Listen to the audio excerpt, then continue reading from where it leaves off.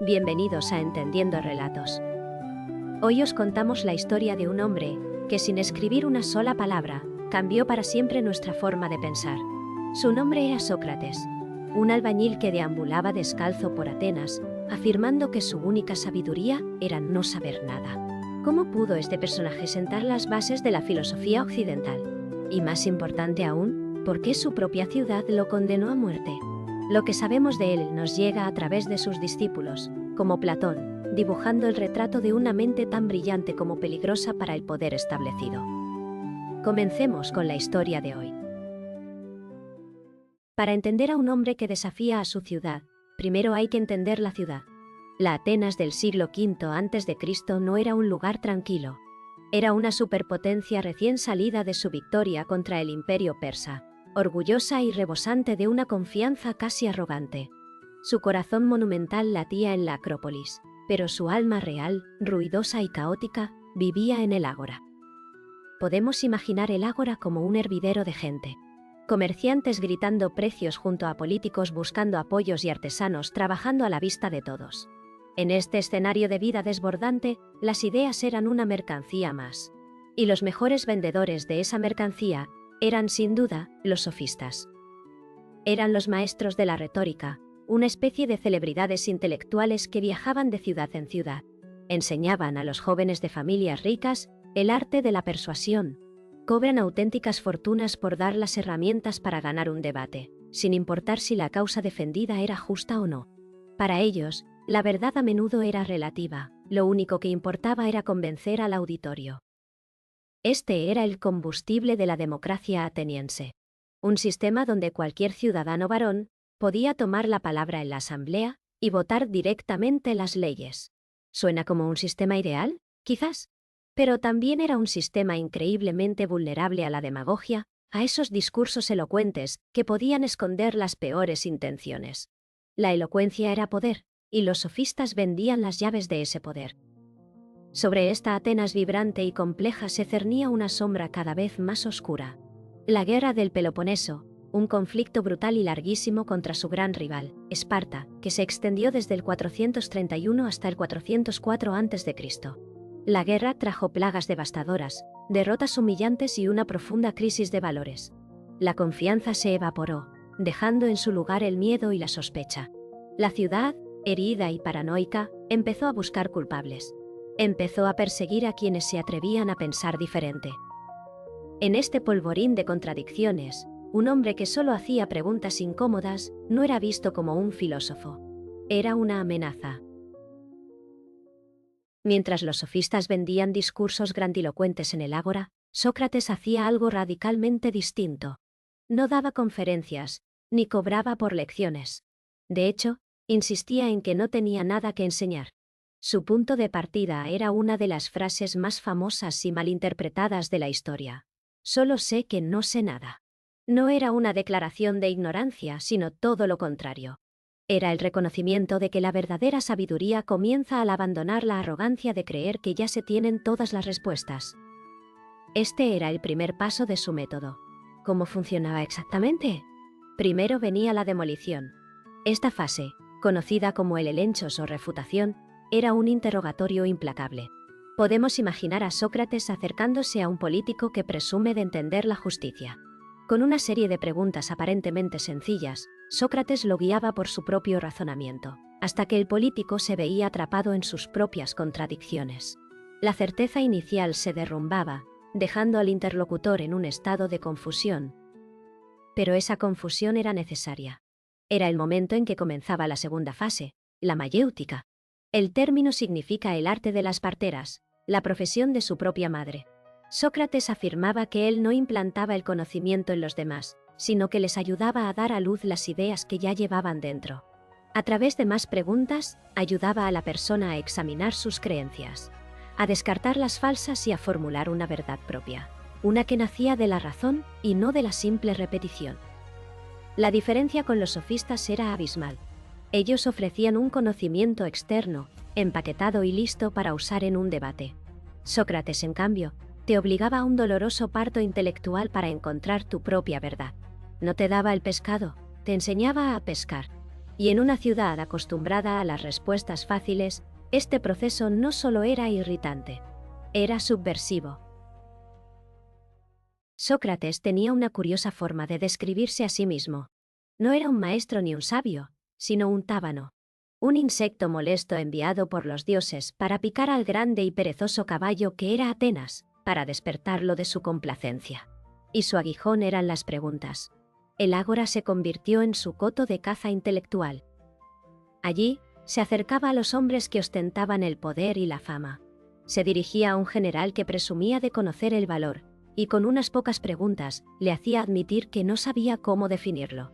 Interrogaba a un poeta célebre sobre la belleza de sus versos, solo para que el poeta fuera incapaz de explicar su propia creación. Hablaba con un artesano sobre su oficio, y demostraba que, aunque era experto en su campo, creía saber de muchas otras cosas de las que era un completo ignorante.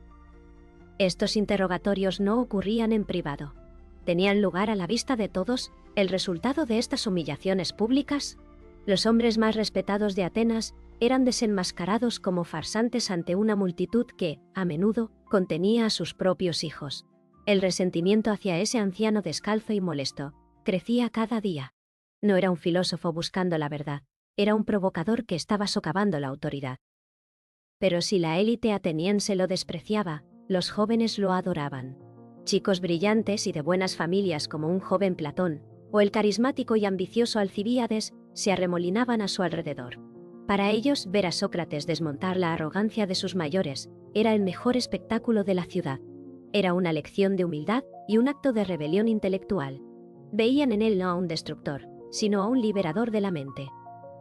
Así, sin quererlo, Sócrates dividió a Atenas en dos. Por un lado, una generación de hombres poderosos que lo veían como un peligro público. Por otro, una juventud que lo consideraba el hombre más sabio de Grecia. El problema es que los jóvenes no votaban las sentencias de muerte. Y el tábano, con cada picadura, se acercaba un poco más a la trampa. En el año 399 a.C., la trampa para el tábano finalmente se cerró. 3 ciudadanos atenienses lo llevaron ante la justicia, decididos a silenciarlo para siempre. Sus nombres eran Meleto, un poeta con más ambición que talento. Le seguía Ánito, un poderoso político resentido. El trío lo completaba Licón, un orador poco conocido que se unió a la causa. Las acusaciones oficiales eran 2, y ambas eran crímenes capitales. La primera era la asebeia, la impiedad. No se acusaba a Sócrates de no creer en los dioses, sino de algo más insidioso. Se le imputaba no honrar a los dioses que la ciudad honraba, y además, introducir sus propias divinidades extrañas. La segunda acusación era la consecuencia directa de su popularidad: corromper a la juventud, enseñándoles a cuestionar la autoridad de sus mayores y las tradiciones sagradas de la ciudad. Pero, ¿por qué ahora? Para entenderlo, hay que mirar más allá de los cargos oficiales. Atenas acababa de despertar de la pesadilla de los 30 tiranos, un régimen brutal impuesto por Esparta tras su victoria. La democracia había sido restaurada, pero la ciudad estaba herida y paranoica. Se aprobó una amnistía que prohibía juzgar a nadie por sus actos durante la tiranía. Y aquí estaba la clave del juicio. Muchos de los asociados de Sócrates habían sido figuras muy controvertidas. Nombres como Critias, uno de los tiranos más sanguinarios, o el propio Alcibíades, habían formado parte de su círculo más cercano. Ánito y sus compañeros no podían acusarlo directamente por estos lazos políticos debido a la amnistía. Así que buscaron una vía legal diferente, un pretexto perfectamente diseñado para sortear la ley. El juicio por impiedad y corrupción no era realmente sobre religión. Era una venganza política con una máscara judicial. Era el último acto de una ciudad que ya no toleraba a quien la obligaba a mirarse en el espejo. El día del juicio, Sócrates se enfrentó a un jurado de 501 ciudadanos. Lo que sigue no es la súplica de un hombre asustado, sino la defensa de un filósofo inflexible. Platón nos dejó el testimonio de este momento en su famosa Apología. Y una apología, en su sentido griego original, no es una disculpa, es una defensa. Lejos de pedir clemencia, Sócrates se reafirmó en su misión. Argumentó que su vida entera había sido un servicio a la ciudad y a los dioses. Explicó que esa voz interior, su daimonion, le había guiado para examinar a sus conciudadanos y obligarles a preocuparse por la virtud. Su labor como tábano, insistió, no era un crimen, sino el mayor regalo que Atenas había recibido. No corrompía a los jóvenes, les enseñaba a pensar por sí mismos. Tras los discursos, llegó la primera votación. El jurado lo declaró culpable, pero el margen fue increíblemente estrecho. Según las fuentes del historiador Diógenes Laercio, el veredicto fue de 280 votos en su contra frente a 221 a su favor. Solo 30 votos de diferencia. La ciudad estaba profundamente dividida. La ley ateniense permitía entonces una segunda fase. El acusado podía proponer una pena alternativa a la que pedía la acusación. Era su oportunidad para sugerir el exilio o una multa considerable, salvando así su vida. Pero Sócrates no era un hombre de medias tintas. Su contrapropuesta fue una de las mayores provocaciones de la historia. ¿Su castigo? Ser mantenido por el Estado en el Pritaneo. Este era el comedor sagrado donde la ciudad honraba a sus héroes olímpicos y a sus mayores benefactores.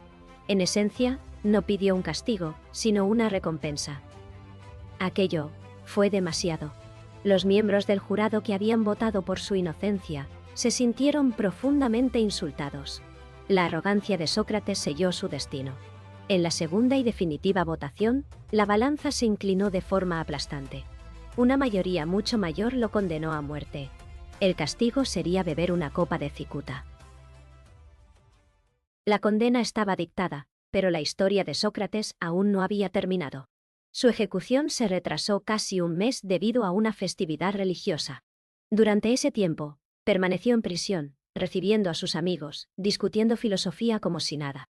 Para él, la celda no era un final, era simplemente otro lugar para dialogar. Una mañana, antes del amanecer, su viejo y rico amigo Critón llegó con un plan. Los guardias estaban sobornados. Un barco esperaba en el puerto. La fuga era posible. Era sencilla. Critón le suplicó, argumentando que dejarse ejecutar sería una victoria para sus enemigos y un abandono de sus propios hijos. ¿Por qué no salvarse? La respuesta de Sócrates es su testamento político. Le pidió a Critón que imaginara a las leyes de Atenas hablándole.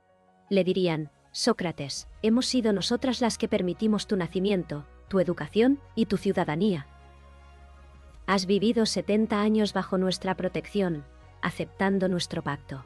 Ahora que una de nuestras decisiones no te favorece, ¿vas a destruirnos para salvarte? Para Sócrates, huir era una traición.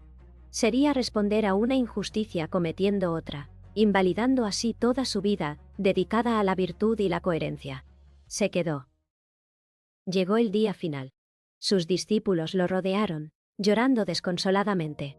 Sócrates, con una calma que los asombraba, les pidió que se comportaran. Pasó sus últimas horas discutiendo con ellos sobre su tema favorito, la inmortalidad del alma. Sostenía que un filósofo pasa su vida preparándose para la muerte, que no es más que la liberación del alma del cuerpo. Cuando el verdugo llegó con la copa de cicuta, Sócrates la tomó sin el menor temblor. Preguntó si podía hacer una libación a los dioses, y tras la negativa del carcelero, bebió el veneno con total serenidad.